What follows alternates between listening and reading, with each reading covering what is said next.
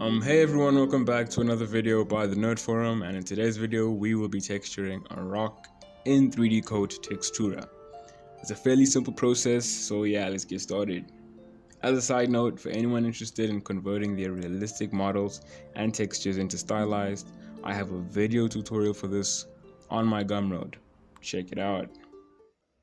So we start of course in 3D code with a blank file. All we have to do right now is import our model. So I made a pretty simple rock model. It's not a very complex model. It's quite simple. I made it in Blender with a few tips and tricks. So yes, we're gonna keep our normal maps off this Unreal Engine, keep UVs since I already have UVs. I didn't have to make seams for this. I just did an automatic UV unwrap. So if you don't mind, you can also use an auto mapping, but yeah, for the sake of the video, I'm gonna keep mine to UV. I'm gonna keep my UVs, and then UV set name, I can set this to rock. I'm gonna keep my texture width as 2K and import. Okay, so great. My model has been imported. Let me just zoom out a little bit, and you can see my model. It's a pretty simple rock, nothing too complex, nothing too complicated. So what we want to do right now is add our normals. Because it's important to add your normals whenever you're texturing a rock. You need to add your normals before you bake any of the curvature or the ambient occlusion. So I'm gonna create another layer, and I'm gonna call this layer normals, as always. Then now we're gonna come to our brushes and turn off the diffuse color and the glossiness, these channels. So we only need the normals channel. And then when it comes to our brushes, we can come to the stone. Usually it's on default, so then you can come to stone or you can go to cracks, but right now we need the stone because we're going to be adding some stone normals onto the rock. Okay, yeah, so after that, what we're going to do after having select one of the stone materials, what we're going to want to do is check our depth, make sure it's not too strong. Just do something like that, make sure the depth is not too strong. Keep it around like 5.7. Then you can just watch the whole process of me adding some stone materials, stone texture.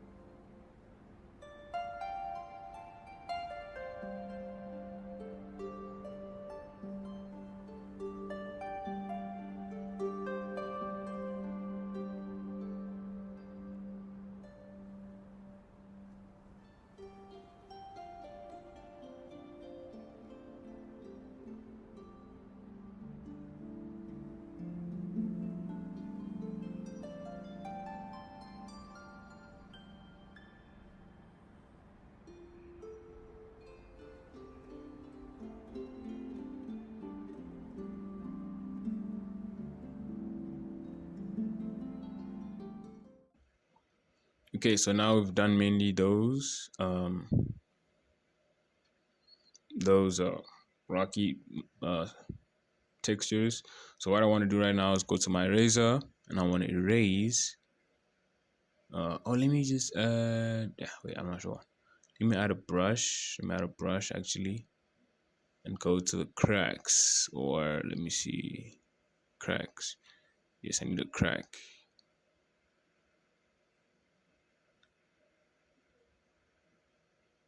So I need a pretty gigantic crack that's gonna go across.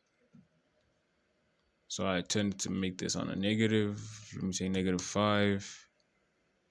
Decrease that a little bit, put it like that. Let me see how this looks. That's great. Then I need a second one at the back. You know, that's very messed up. And the second one at the back. Probably a bit smaller. Yeah. Great. So now we've got all the normals put in. So what we would like to do now is bake our maps, our additional maps. So we can, your way of baking probably be in the textures tab, but because I've got the original 3D code, excuse me, I'm gonna use, mine is in the edit mode, is in the edit tab. So calculate curvature. Let me let that calculate.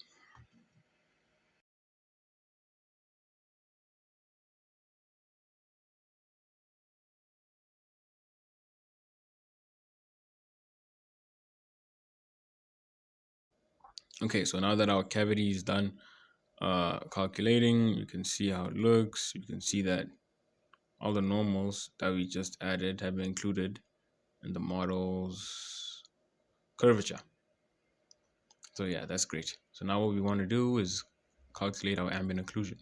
Just calculate occlusion and press OK.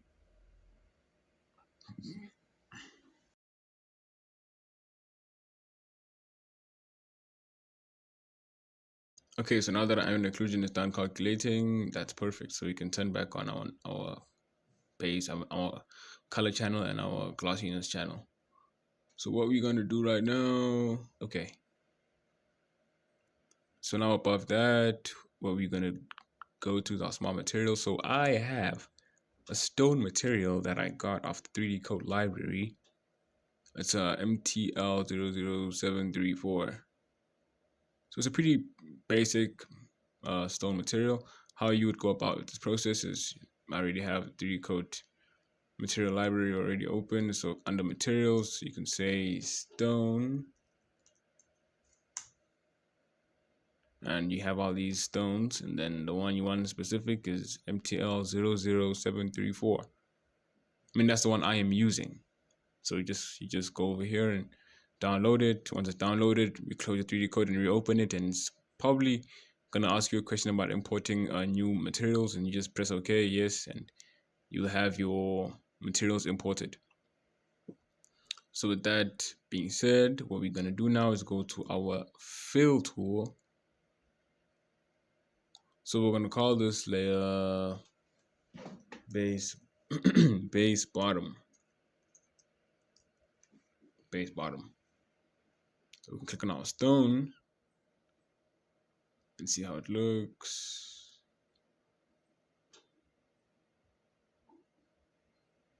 So it's a pretty nice and simple stone material, right? Now I didn't want mine to be brown. I wanted mine to be like grayish. So I converted mine into this one. And how I went about that process was I clicked on this one to just double click on it to open your smart material editor, and I went to see where this is saved. So it told me this is saved under smart materials stone, and yeah, so I went to that folder. So go to user preferences, smart materials. So this one I think is already a preset in the 3D Smart Materials small materials folder. So it's originally the MTL000492, and I did the exact same thing in GIMP. I just decrease saturation and increase a bit of the contrast to get that effect. Let me see how this looks. So this looks much more gray. Maybe I can decrease how bright it is. The brightness, it's quite bright, eh?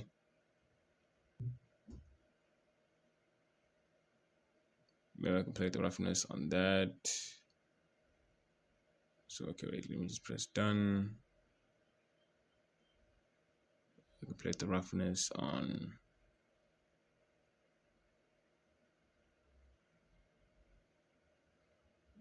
yeah, that's great. Done. So I can press save on that. Okay, so perfect. Yes, this I like a bit more. This I like much better. It's got that glossiness. What we need to do is create another layer and call this one base top. And it'll pretty much be an increased lightness version of that first one. Okay, so now with that done, what we are going to do, we're going to go back to our stone material and let's go into material preview, put this to the side. And what we're going to do, we want a lighter version. So I'm going to increase the lightness, of course. Then I'm going to set the painting method, or I don't know, the method of painting to mon convey or convex, however. Okay, that's great. So I want to increase the color a bit more with the curves. Let me see, done. Let me see how this looks. So you can play around with the cavity with, can keep the cavity within 100, and you can play around mainly with the degree to see the amount of intensity that you probably want. The contrast, we'll just make it a bit more hard and soft. So I'd keep the contrast probably around 2. And the degree, probably 60. 60 looks great. Yeah. So then we can apply this.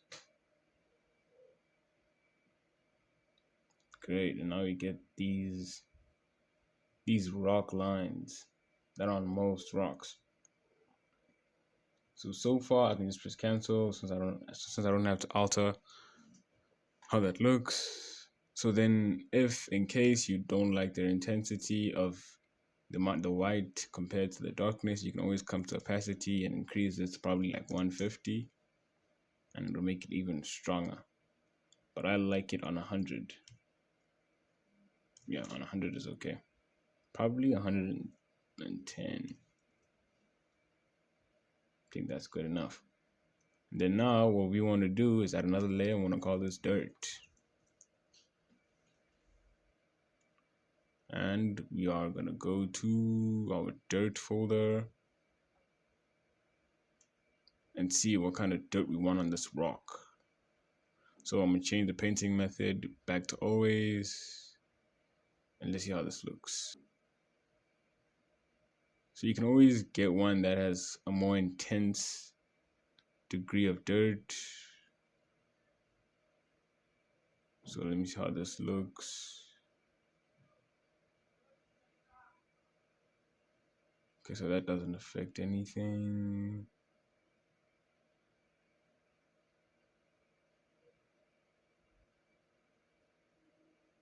Top. Okay, that's great. I think that's a great amount of dirt.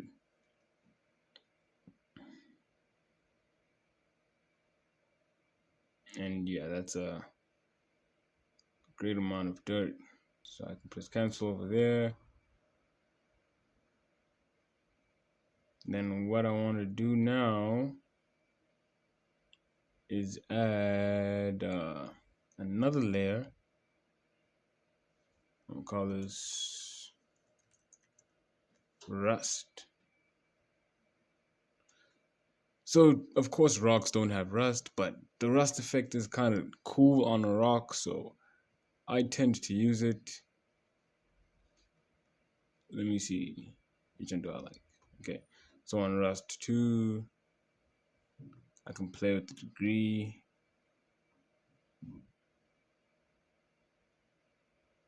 Play the amount of edge scatter and the contrast. That's just a bit tough, eh? So yeah, that's okay. Now let me see how this looks around the model. Painted. So let me see this. Okay, great. So yeah, looks pretty nice. So I can press cancel on that. Then if I think the opacity is too strong, I can always decrease the opacity. Probably decrease the opacity to about 90. Doesn't really make much of a difference. So I think, yeah, this is okay. This is quite perfect. Add some leaks from the top. So go to leaks. So we have leaks over here. And I have my own version of leaks, but it's the same version of leaks. Okay. So pretty much it's originally the leaks, like the original leaks texture from the top, but I just decrease certain attributes. So let me see. So what I would like to do is edit its degree.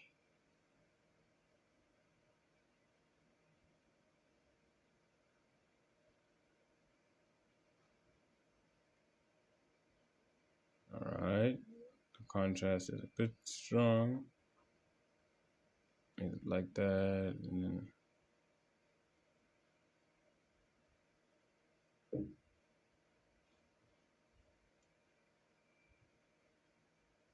so since I'll pretty much paint it on the sides more, I think this one would probably deserve more of a manual painting, because if I paint the top, you'll clearly see the leaks everywhere. So let me bring it like around there, add some roughness.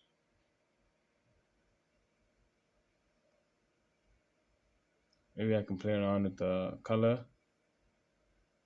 If I can add some noise, let me see. Add some noise.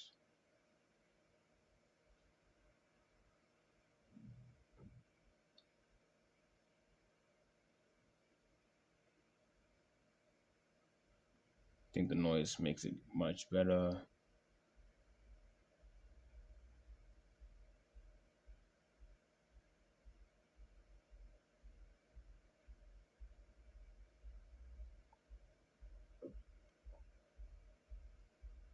I think that's great. And then let me see. I pretty much want to know what kind of leaks. I think a roughness of 40, 50 was perfect. So I can save this as new and call this leaks dark.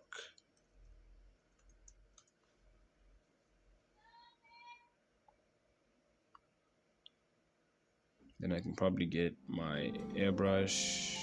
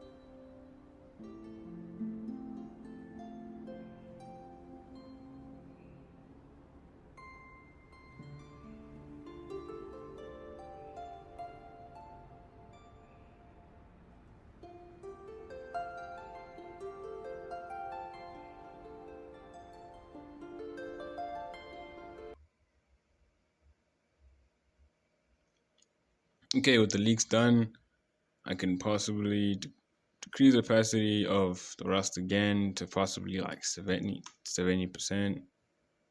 It is quite strong on the back over here. And then my normals, let me see. I can probably decrease my depth to about 80%, say 70%. Because I do feel in certain places it is quite strong. And then my base map, my dirt. I have no problem with the dirt.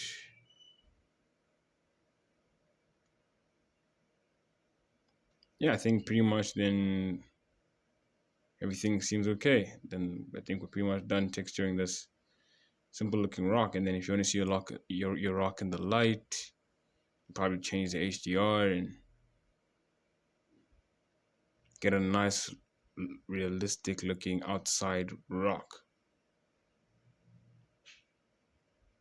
So yeah, that's it for this tutorial, guys. Thank you guys for watching this video. Make sure to like, share, and subscribe. If you're new to my channel, watch my other videos and my texturing processes. And yeah, enjoy, guys. Thank you.